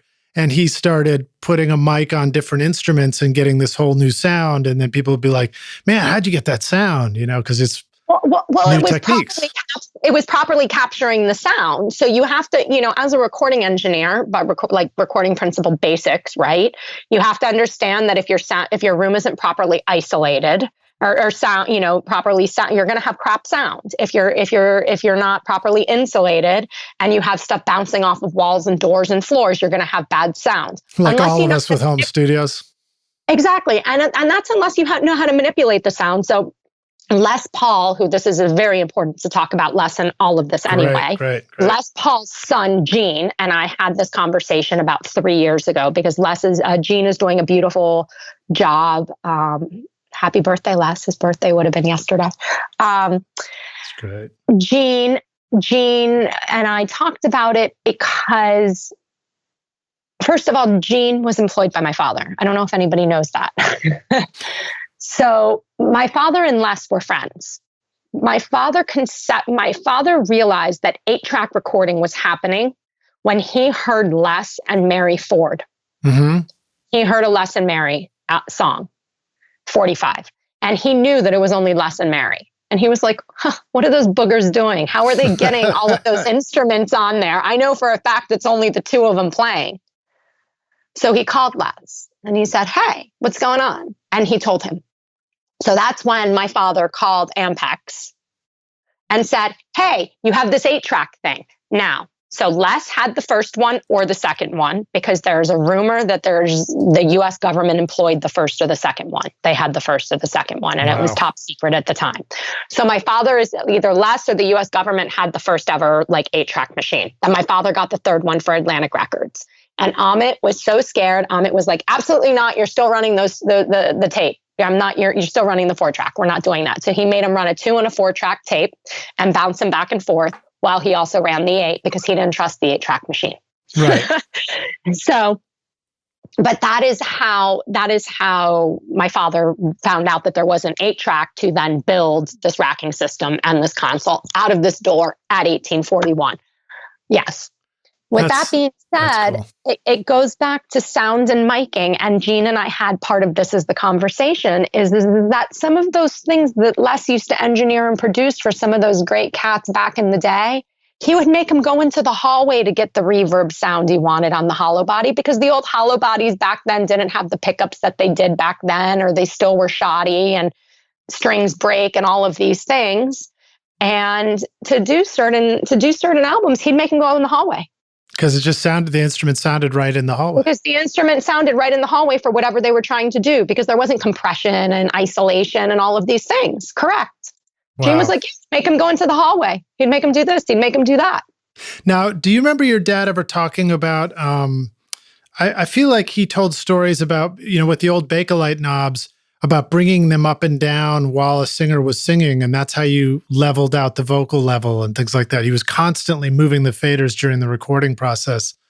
Does that ring a bell for you at all, or? I could see him doing that. It's not something that I necessarily remember him ever talking about. Right. But there is a famous story that, so when my father first met Amit Ertegun, Amit and Herb Abramson, the two original founders of Atlantic Records, before Jerry Wexler ever came on board, and Herb's wife, Miriam Beanstalk.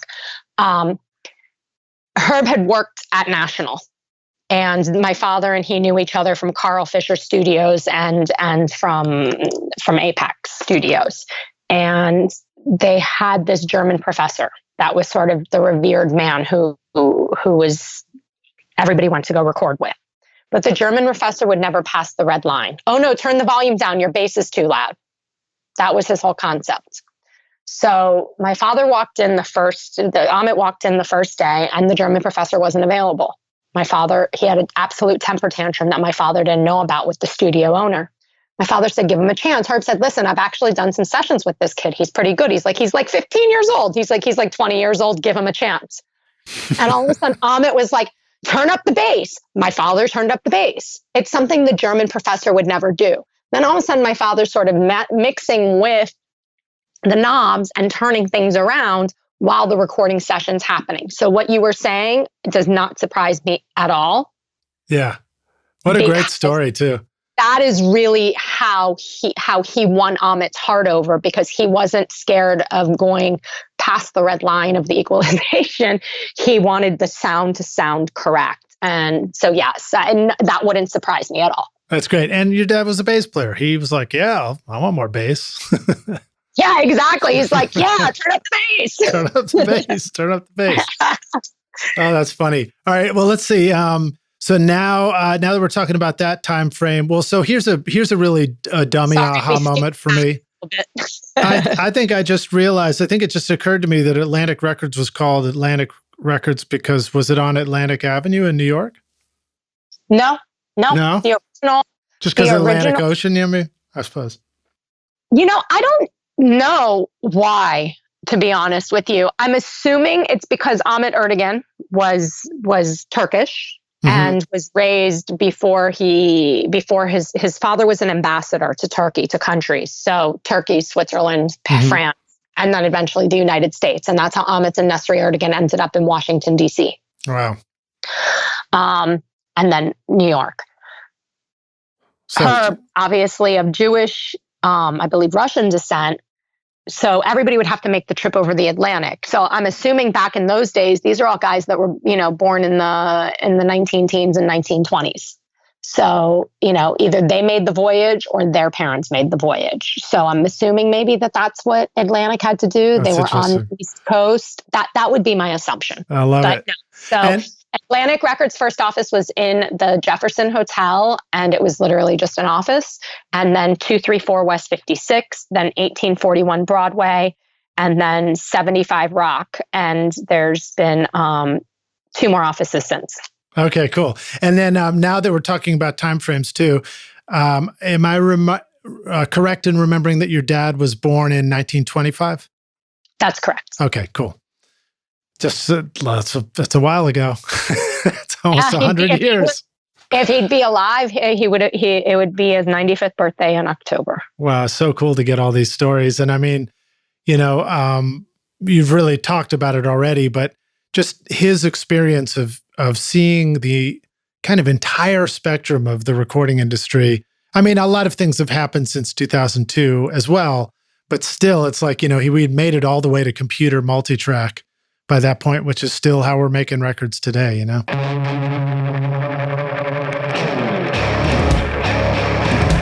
The secret to a great mix is to start with great source tracks. And this means you need great microphones. JZ Mics in Riga, Latvia brings you the new BB29 Signature Series microphone to help your recordings add clarity and detail to your mixes. At the heart of JZ microphones is the unique Golden Drop capsule design with a lighter, faster diaphragm that delivers great clarity and fidelity without distracting colorations and distortions. The new BB29 microphone has a Class A discrete amplifier circuit, extremely low self-noise, and transformer-coupled output to bring an expensive sound to your studio for an affordable price. JZ offers a 5-year warranty, free shipping to the US, and a 30-day money-back guarantee. Plus, for a limited time, you can use the coupon code ROCKSTARS to get 50% off the BB29 at jzmic.com.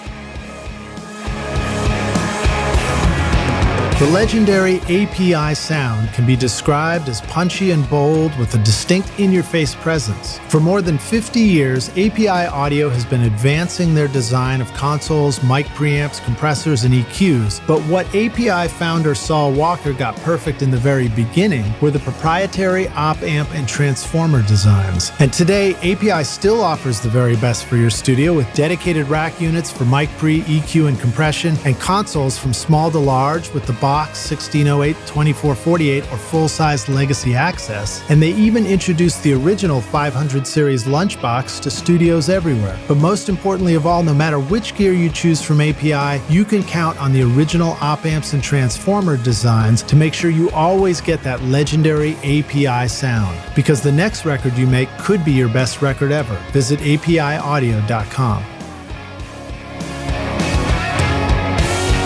Want to record killer drums in your home studio? Rockstars of Drums will show you how to record, edit, and mix pro-sounding drums with a Nashville session drummer in a Grammy-winning studio. Want to start mastering your own records? Rockstars of Mastering walks you through exactly how I mastered my own record using nothing but plugins in PreSonus Studio One. Want to learn how to create a mix that doesn't suck but rocks instead? At Mixmaster Bundle, I show you how to mix using stock and free plugins so that you can have punchy, powerful drums, guitars that rock, bass you can feel, and a mix that is in your face. Plus, it's totally free as my way of saying thanks for listening. Then go to mixmasterbundle.com to get started for free now and look for the clickable link in the show notes below.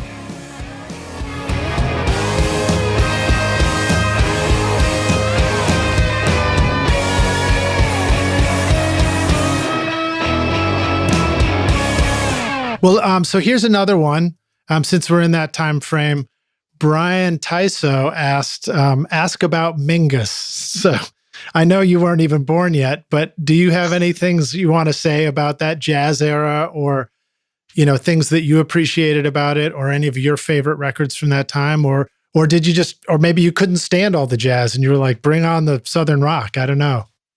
What do you say about Pithecanthropus erectus? I mean, just what do you say? I don't know. I want to hear you say it. Everybody hears enough for me. No, I mean, there's just no words. It's timeless, and it's Mingus. I mean, there's as an art form, the artistry of those jazz guys it's mind blowing. And by the way, Pithecanthropus erectus, if you listen to that sound, you will understand what I'm saying about physical sound and miking and rooms and understanding your room, because that was done in 1956. Yeah. That was at 234 West 56, which is the old brownstone. Okay. So this was done before 8-track. This was done on an old 4-track. And if you listen to the quality of that album. So what are some of the things that do you want to get into any more of the details of what you hear in that sound? Instrumentation or any of that stuff? No, not necessarily. I mean, you can if you'd like to talk about it. I don't think I know that particular album well enough to talk about it. I know some of the other ones. Well, I know Giant Steps. Some. Okay. Again, Drums Unlimited was a favorite of mine. I really loved that. Yeah. I love. So do you know like Mingus the Clown? I know it now, but I didn't know it before even getting ready for this interview, to be honest. Okay. So because like the clown was also done at the old 234 West 56, which was, like I said, just the brownstone, as opposed to the recording studio where Giant Steps was 68 or 69. Right. So that was Giant Steps was done at 1841. So that's more of a proper recording studio. Now, setup. Which one was the studio? Was the Atlantic studio that they tried to or that he designed to recreate down at Criteria for Studio C? Do you know? Oh, 1841, of course. Because he described it as the one where they had the office desks out, and then they put the office desks up at night, and they'd start recording and wheel the piano into the room and all that. No, I don't think he was trying to emulate that. I don't think he was trying to emulate that. I think whenever my father did anything in regards to building, it always had to do with the room and the sound of the room, right? Mm-hmm. And then B, what technology he could apply that would make it easier to capture without losing the artistry. Right. I like that. I like the artistry. I like that word. That seems to be very relevant for your dad. He seemed to really appreciate trying to bring out what was already there with an artist. Jamo from the Allman Brothers says it in the film. My father would walk into the room, into the recording studio. He'd listen. He'd go back into the control room, and he'd bring whatever he heard through those wires and into the room. And that's what made him so unique, because he played so many instruments, and because he really did have just an incredible ear, and because he could count music without a meter and was that ridiculous human.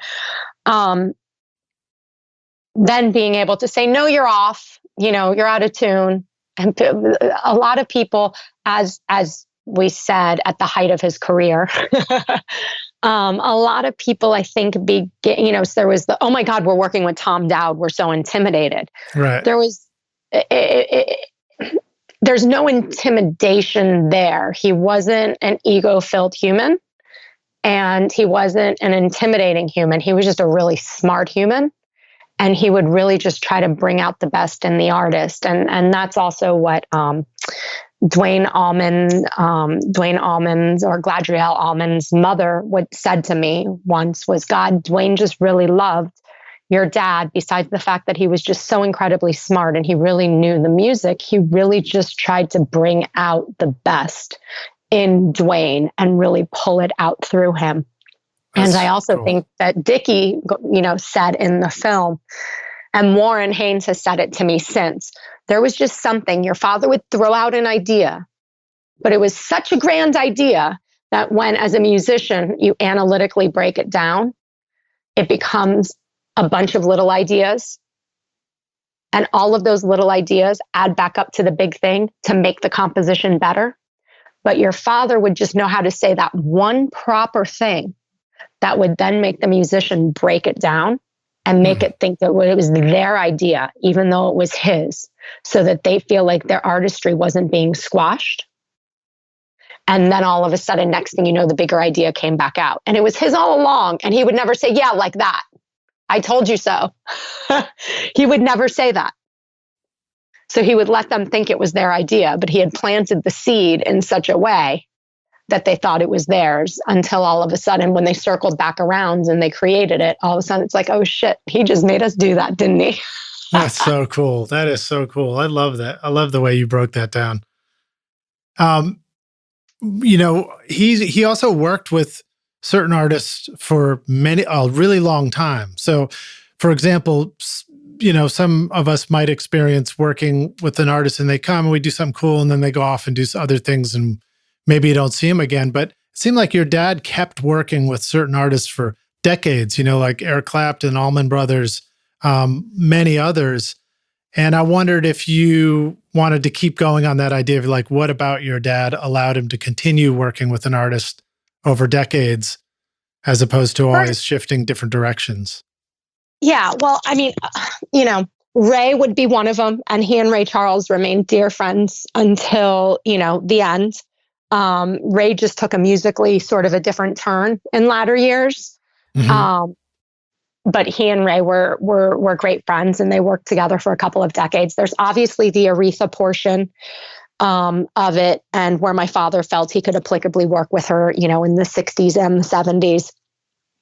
Clapton, Clapton and the Allman Brothers in particular are such special cases, because all of the gentlemen in the Allman Brothers in the original set, and then Clapton, really looked to my father like father figures. Mm-hmm. And if you look individually at some of the guys from the Allman Brothers, and then you look at Eric, Gregory and Dwayne didn't have a father. Their father was killed by a hitchhiker shortly after he returned from the war when they were small boys. I'm sure everybody knows the Eric Clapton story, and he didn't know who his father was. So he didn't really have a role model. He was raised by his grandparents.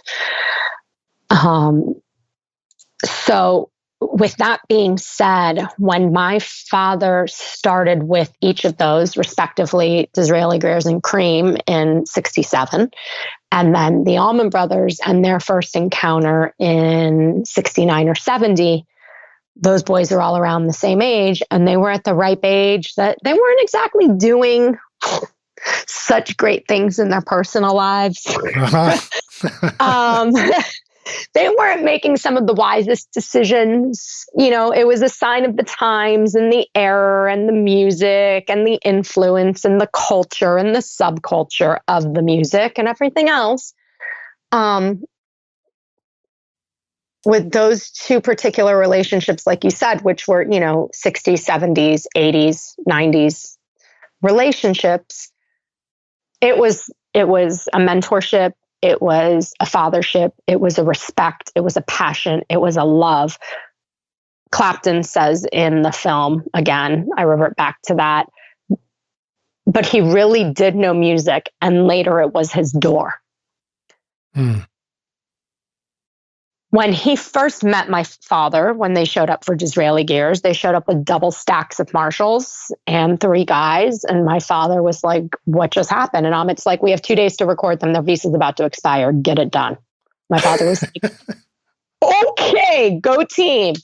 So he plugged away and he got it done. And it was 3 guys, so it was easy for him. And it was all instruments he played, so it was easy for him. And, might have been a little tough on the ears for him, but, he figured it out. But Eric said, he wasn't really interested in people like that at the time because he was so into like the blues and, Lightning Hopkins and whatever Eric was studying and whatever wormhole he was in musically, that's where he was focused, where perhaps he didn't realize that some of the behind the scenes guys, and all of a sudden he started to realize, whoa, wait, the behind the scenes guy who can talk to me about music and musicality and understands where I'm coming from and helps me form an opinion without making me feel like a jerk. And I think that was sort of an approach that he took. So it was like, he was the producer and he was the engineer and he was the mentor and he was the father figure and maybe even the psychologist sometimes. Yeah. And I can definitely say that for the Allman Brothers band as well. I mean, those are some of that band is some of my personal closest affiliations through the children of the band. Yeah.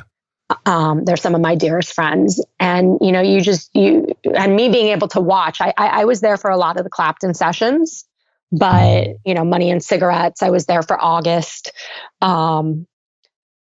But watching the dichotomy of not being talked down to, but being able to have the musical chops to interface with them, I think really is what initiated it. And then the respect that grew and sort of the fathership that grew after that brought it through to many other decades of working together. So what did that look like for you or for your dad when he was demonstrating his musicality? Was he picking up instruments often and playing parts on bass and guitar and sitting at the keyboard to play things? Would he sit it down at a drum kit and play a thing for somebody to communicate?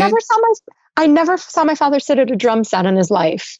That's interesting that you say that. I know he knew how to play the drums, but I never saw him sit at a drum set in his life. He would sometimes pick up a bass or sometimes sit at a piano. Maybe he would strum a key on a guitar. It was more, hey, come in on this note. No, come in on this beat. No, it was more that. He was never saying, hey, give me your guitar, let me show you. Right. That was never his approach. If there was nobody else playing piano in the room and he needed to find a key for his ear, he wouldn't have a problem sitting at a piano and saying, no, try a C or try a D. But he never physically took an instrument out of anybody's hands and made anybody else feel lesser than. Right. Does that make sense? Yeah, it's such a tricky thing too, because I know as a guitar player myself and a producer, there's so many times where I want to communicate something and I feel like that's the way to do it. But it's you're so accurate that it's so critical to be just trying to uplift the artist so that they're doing their thing, Yeah, saying, hey, get out of get up from your drum kit right now. Let me show you what I mean. It's like, wait a second. So I couldn't do that myself. You had to do it for me. That doesn't bode well with musicians. We're sensitive humans. Yeah, we are. Sensitive human beings. So I think it was more of his ability to articulate and call out notes and call out keys. Now, if you watch Tom Dowd in The Language of Music, on the front end and on the back end, there's prime examples of that. So on the front end, there's Joe Bonamassa, a very young Joe Bonamassa, playing 330. If anybody ever finds that 330, let me know because it was stolen from me. It's mine. Wow. Yeah. Hi. And Joe knows he's actually looking for it as well. But nobody's been able to spot it. But if anybody ever has seen Tom Dowd, The Language of Music, and that 330 that's in the beginning that Joe's playing, please let me know. We will. So if you hear him at the beginning, he says, no, come up a half measure each way. He doesn't grab the instrument from Joe and say, hey, Joe, do this. At the back end, he's, I believe, with somebody on drums, and he's saying, no, a soft, whatever he's calling out, not a hard one. So being able to talk it through with the musician, like again, as opposed to being able to say, no, do it this way, and going up and telling him to get out. I think, and being able to count it off in his head was key. And I think that that's where a lot of some of the art form is being taken away from today, with people who don't understand the analog approach and people who don't necessarily play an instrument, but that are just creating beats. Right. Well, you I think you said earlier maybe music gets a little too bake and shake. Is that how you referred to it earlier? Shake and bake. My dad said that, I think, in the film. Yeah, he says shake and bake. So now what about things like musical charts? Would he be writing down the chart arrangement of a song? Was that part of his way of communicating and producing, or was it more just all in his head and he could just really hold on to the entire arrangement of a song? Oh, no, he would write charts and staffs. I have the original charts and staffs for Soulshine from the Allman Brothers here. And I actually made copies and numbered them and sent them to each of the band members when I found them. Wow. And the Big House Museum has a copy because it's in his handwriting. And so, I mean, I found it in his notes. He would write charts and staffs, and he read music and wrote music. Oh, yes. So he's writing out, the melodies of a song and things like that if he needs to. He's writing out particularly melodies, and I found guitar parts, especially when there's complicated guitar parts or more than one or two guitar players, more than one guitar player. Yes. Oh, that's fascinating. I'd love to see how that looks. We just have to wait for the memoirs to come out, right? Oh, so now you want me to include that in the memoirs as well? This memoir is going to be like a 5-volume coffee table book. It's going to be the memoirs of Dana Dowd, and it's going to be a story about writing the memoirs of Tom Dowd. Somebody told me I had to write a story about the writing, about all of the archiving and everything that I'm doing. I was like, that's just too much. Yeah. Can we just get this out? They told you that, and then you stopped the car and opened the door and said, get out. But I had white gloves on. Right. Do you feel like the time you spent watching YouTube videos, trying out mix tricks, and tweaking version after version of your mixes has gotten you nowhere? Have you been looking for a simple, straightforward, step-by-step process for creating a pro mix that won't take years to learn? What if you could have a Grammy-winning mix engineer who understood all your mixing struggles and could coach you through them? If you struggle with any of these questions, then the Ultimate Mixing Masterclass is just for you. Now you can discover the proven step-by-step mix system from Grammy-winning mixer Craig Alvin for consistently creating a pro-quality mix from your home studio that will sound amazing everywhere. Listen, I appreciate you listening to this podcast, and I know you're trying to make your best record ever. But when you're ready to take your mixes to Grammy-winning quality, then you're ready for UltimateMixingMasterclass.com. Cool. All right. So let's see. What haven't I asked you yet? What stories would you like to share? I mean, now that I'm sort of understanding the picture, I mean, teen years for you was a time where you're hanging around and watching your dad do some of this work, probably up into early 20s. I mean, I don't know. Maybe it continued the being close to the music your dad was making. But I imagine, at a certain point, like anybody growing up, you kind of go off and do your own thing, and then you're just checking in a little bit more. So it probably really did give you a really focused window of seeing things up close. And then, then another chapter of learning things sort of by looking back on it and learning more about your dad and everything. And it's just amazing to hear you share all this stuff. Yeah, so my father passed when I was 24 going on 25. He passed just shy of before I turned 25 years old. Wow. I had worked, and then I had quit working the last year of his life to sort of take care of him and tend to him, because he was never a grumpy man. He was a very cool human being. He was a very humble human being, but he was on oxygen the last year of his life, 24 hours a day. And it wasn't easy. And then I was the executor of the estate, and being the executor of the estate, there was, definitely some issues. Mm-hmm. And as that was going on, I decided to take my own career for just a little bit over a decade.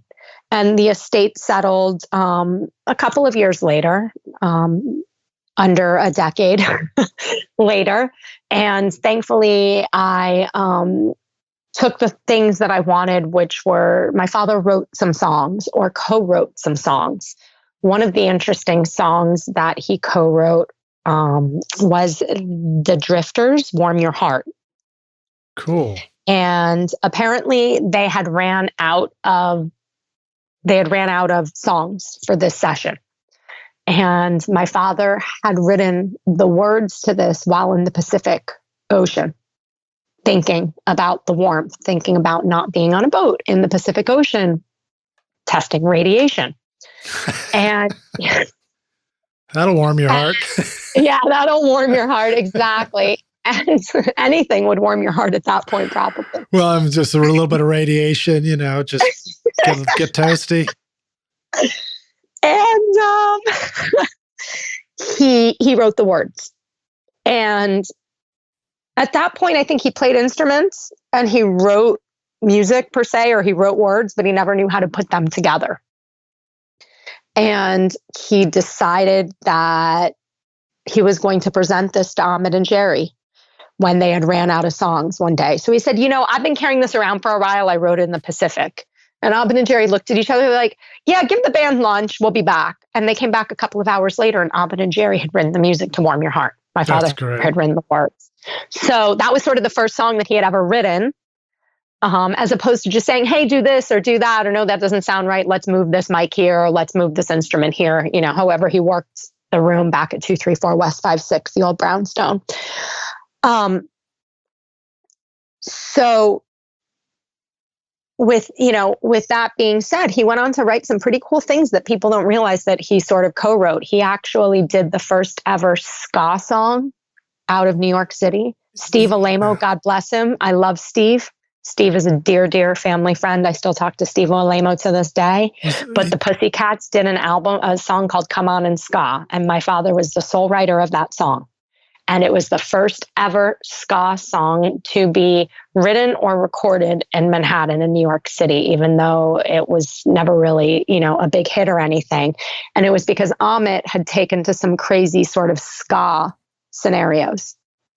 So I've learned a lot of these things in editing my father's memoirs, in going down these wormholes that I've been going down, trying to get this discography done and editing this book. So I left my career. I was in the wine and spirits business for over a decade. I ran wine companies at the end, marketing and sales. I ran full-blown marketing and sales teams. And I decided to refocus on the family business. And that includes, I call myself the royalty huntress. I'm either everybody's best friend at the record label, or I'm everybody's worst enemy, because I tell people where they're not paying us on royalties. And I create these Excel spreadsheets that were spawned off of this discography that I started, or actually the discography was spawned off of the Excel spreadsheets pointing out to the royalty departments of the record labels, hey, you're not paying us properly on this. So wow. I do that for my family. I also have a couple of clients that I do it for, helping them understand their royalties, helping them understanding their contracts, what their rights are, going after them and sorting that out. And then I do a lot of this archival type work. So I have 2 chests full of photos in storage that I've been going through and high-rise digitizing in both PDF and TIFF formats, and then copywriting if I own the copyright to, or organizing otherwise. When I say I own the right to, if my father took the photo, I own the rights. If I took the photo, obviously I own the rights. If my mother and I took the photo, we share. If my mother took the photo, she and I share the rights, and that's an agreement that we have. Right. So that also goes back to some of the things that I'm going to be putting in the book that have never before seen photos. I found boxes of archives of just 1971 to 1975 or 76 communications from Atlantic Records, like from my father's desk.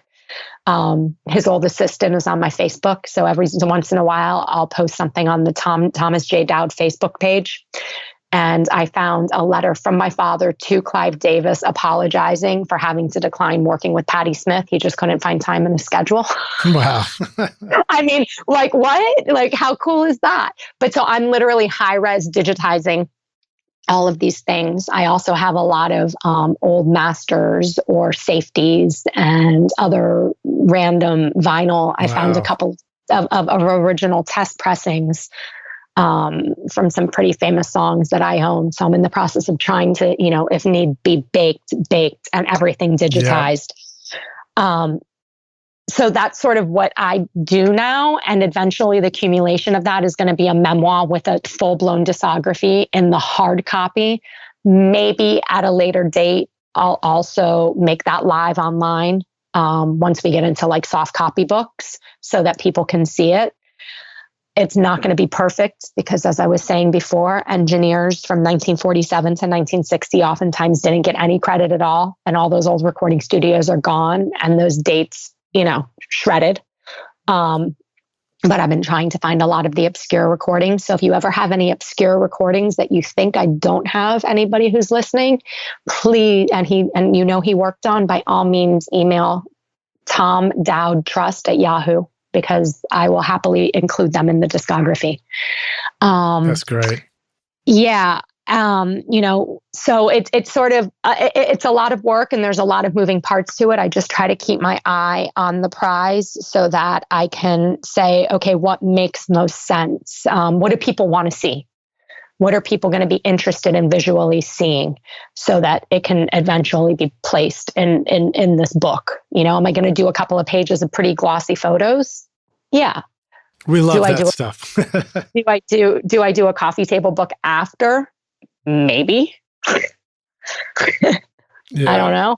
Well, it's cool to see, these scans of handwritten letters and things like that. An example for me, when I watched the VH1 special of Frank Zappa, the making of the record Apostrophe, which was one of the first records I ever remember loving.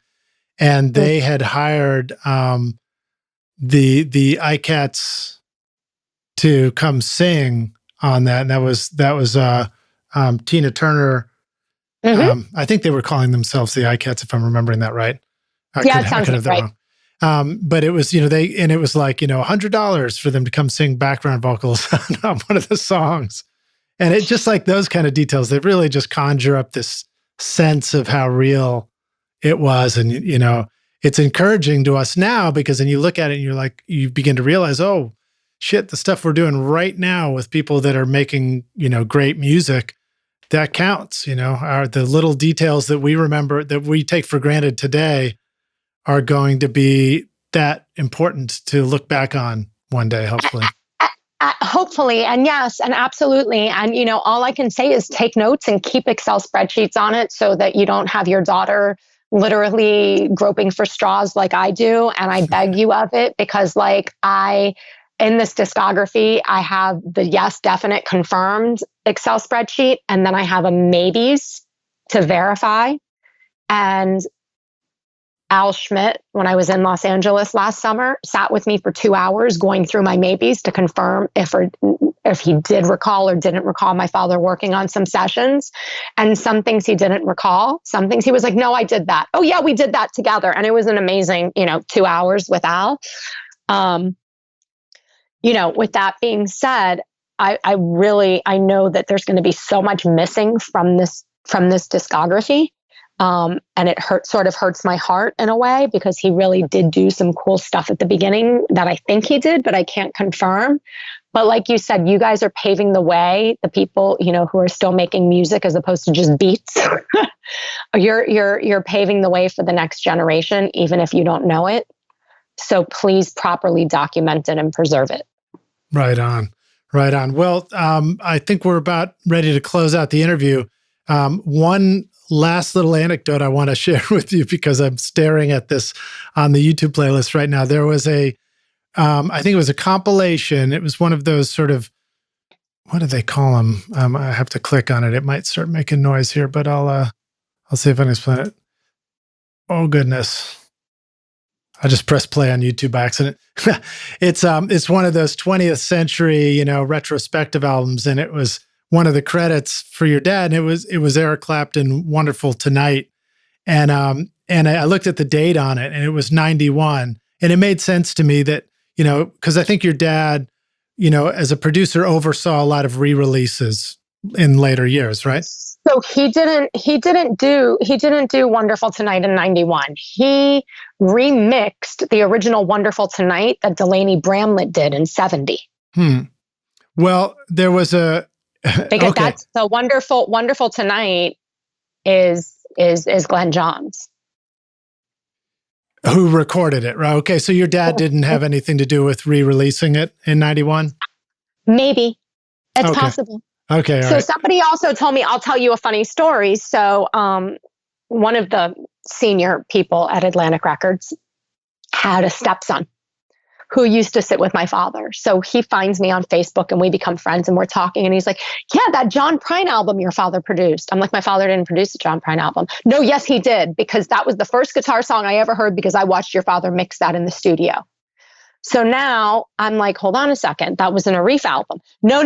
I sat with your father solo in the studio mixing that album. I watched him for 2 nights. And I was like, so basically anything that came out of 1841 Broadway to a certain degree for a certain amount of time, my father remixed. I can't take credit for all of those because he doesn't have credit for them.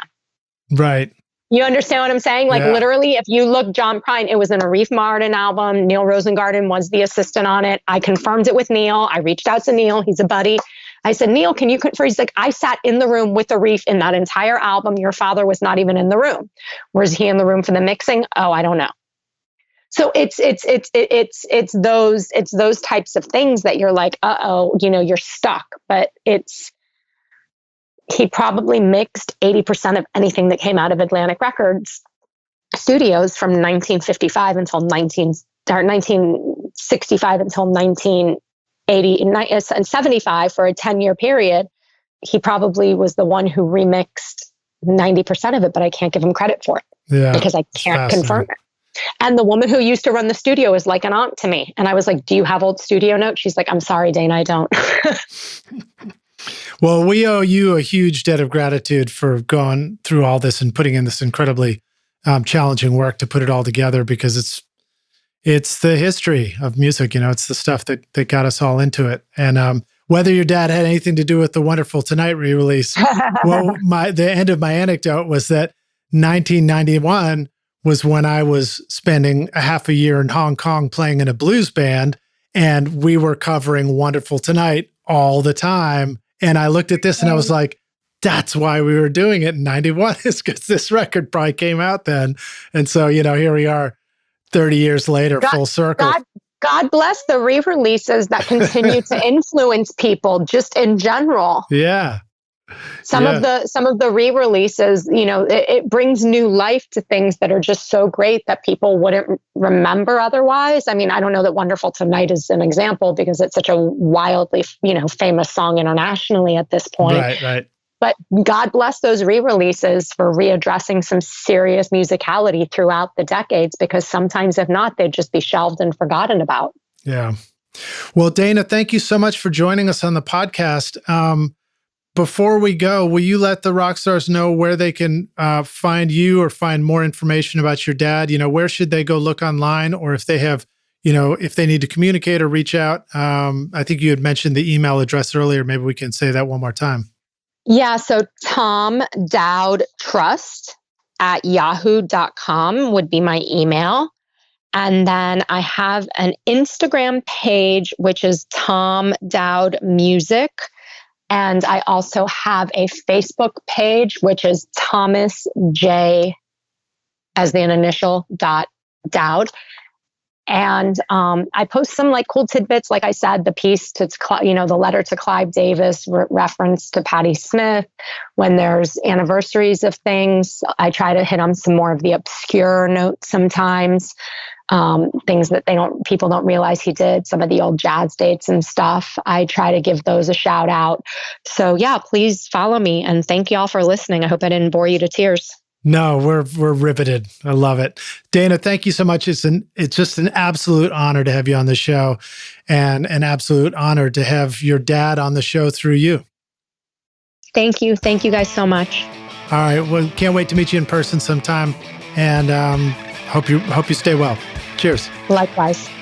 Thanks so much for listening to Recording Studio Rockstars. If you enjoyed the show and want to help make it better, then please share this episode with your friends on social media and leave a rating and review on iTunes to help the podcast reach more rock stars like yourself. You can click directly over to iTunes or go to rsrockstars.com/review for an easy explanation. And remember to hit the subscribe button to keep up with weekly episodes. And if you're ready to make your best record ever now, then head over to Recording Studio Rockstars Academy, where you can start with my free course at mixmasterbundle.com. And if you want more free content from Recording Studio Rockstars, all you have to do is go to rsrockstars.com/email. Again, that's rsrockstars.com/email to enter your name and email, and I'll keep you in the loop with articles, videos, podcast updates, and even free gear giveaways for your studio. Just look for the link in the show notes below. Thanks so much for listening, and thanks for being a rock star. I'm Lid Shaw, and this is Recording Studio Rockstars. Now, go make great music.